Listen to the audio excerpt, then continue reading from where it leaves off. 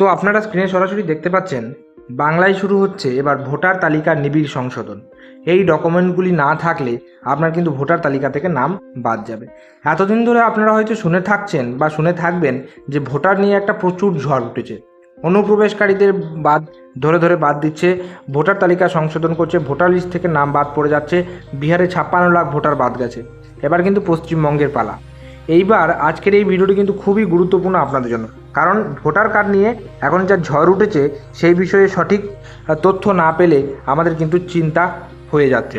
তো কারা কারা ভোটার লিস্ট থেকে বাদ পড়বে, ভোটার লিস্টে কি কি লাগবে, নাম অর্থাৎ ভোটার লিস্টে যাতে নাম বাদ না পড়ে, সেই জন্য অবশ্যই আজকে ভিডিওটি পুরোটা দেখুন।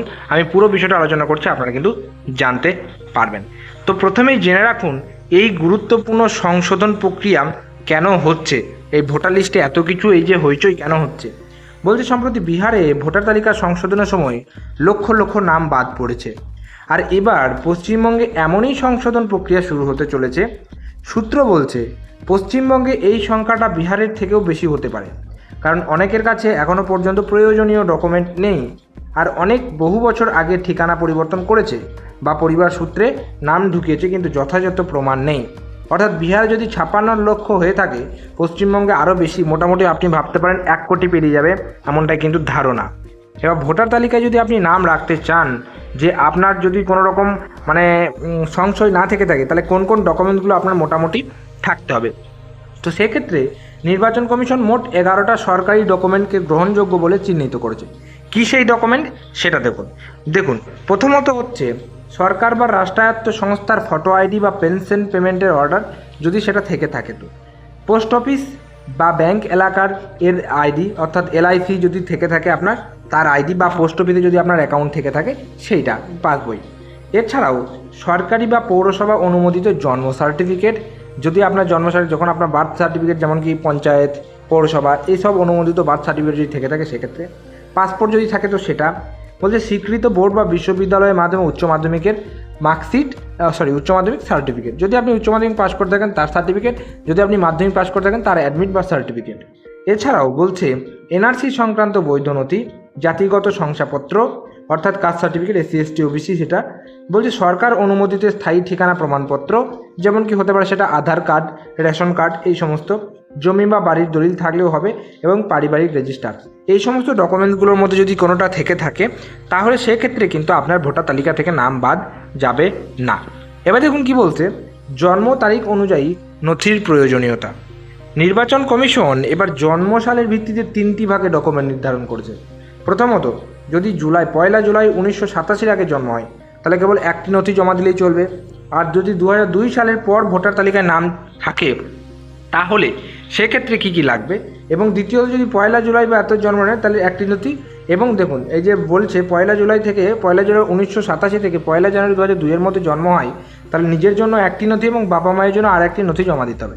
তৃতীয়ত, যদি 1 জানুয়ারি থেকে 2002 পরে জন্ম হয়, তাহলে নিজের জন্য একটি নথি আর বাবা মায়ের উভয়ের জন্য একটি করে নথি জমা দিতে হবে। এবার কী কী নথি জমা দিতে হবে সেটা তো আপনাদের ওখানে দেখালাম। এবার দেখুন কারা কারা বাদ পড়বে ভোটার তালিকা থেকে, সেটা বেশি ইম্পর্টেন্ট। ইতিমধ্যে বিহারে একাধিক মৃত বা নাম না থাকা রাজ্যের নাগরিকদের নাম তালিকা থেকে বাদ পড়েছে। পশ্চিমবঙ্গ একই রকম কাজ চলবে বলে জানা যাচ্ছে।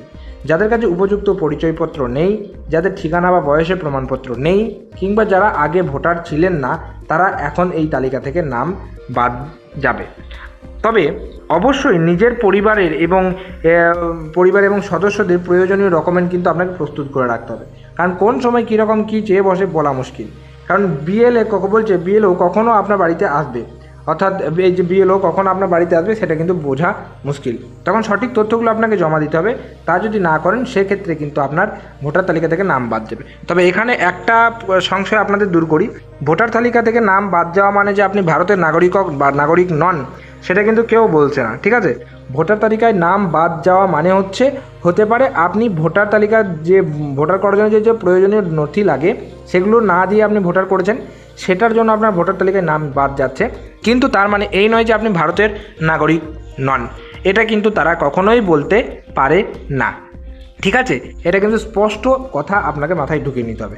আপনার ভোটার তালিকা থেকে নাম বাদ গেলে আপনি ভোট দিতে পারবেন না, কিন্তু ভারতে থাকতে পারবেন না, এই কথাটা যে বলছে একদম ভুল কথা বলছে, ঠিক আছে। তো এটাই একটা ছোট্ট ইনফরমেটিভ ভিডিওটি কেমন লাগলো অবশ্যই কিন্তু নিচের কমেন্ট বক্সে কমেন্ট করে জানাবেন। যদি আপনার কোনো প্রশ্ন বা মতামত থেকে থাকে সেটাও কমেন্ট বক্সে জানাতে পারেন। ভিডিওটা অবশ্যই একটা লাইক করবেন, চ্যানেলে যদি নতুন থাকেন চ্যানেলটিকে সাবস্ক্রাইব করে পাশে যে বেল নোটিফিকেশন সেটা অলে সেট করে রাখবেন, কারণ আমরা এই চ্যানেলে বিভিন্ন রকম আপডেট সংক্রান্ত ভিডিও প্রতিনিয়ত আপলোড করার চেষ্টা করে থাকি। তাই অতি অবশ্যই এই ডিজিটাল বাংলা চ্যানেলটিকে সাবস্ক্রাইব করে আমাদের পাশে থাকবেন। তো দেখা হচ্ছে পরের কোনো ভিডিওতে, ততক্ষণ পর্যন্ত প্রত্যেকে সুস্থ থাকুন, ভালো থাকুন, টাটা এবং ধন্যবাদ সকলকে।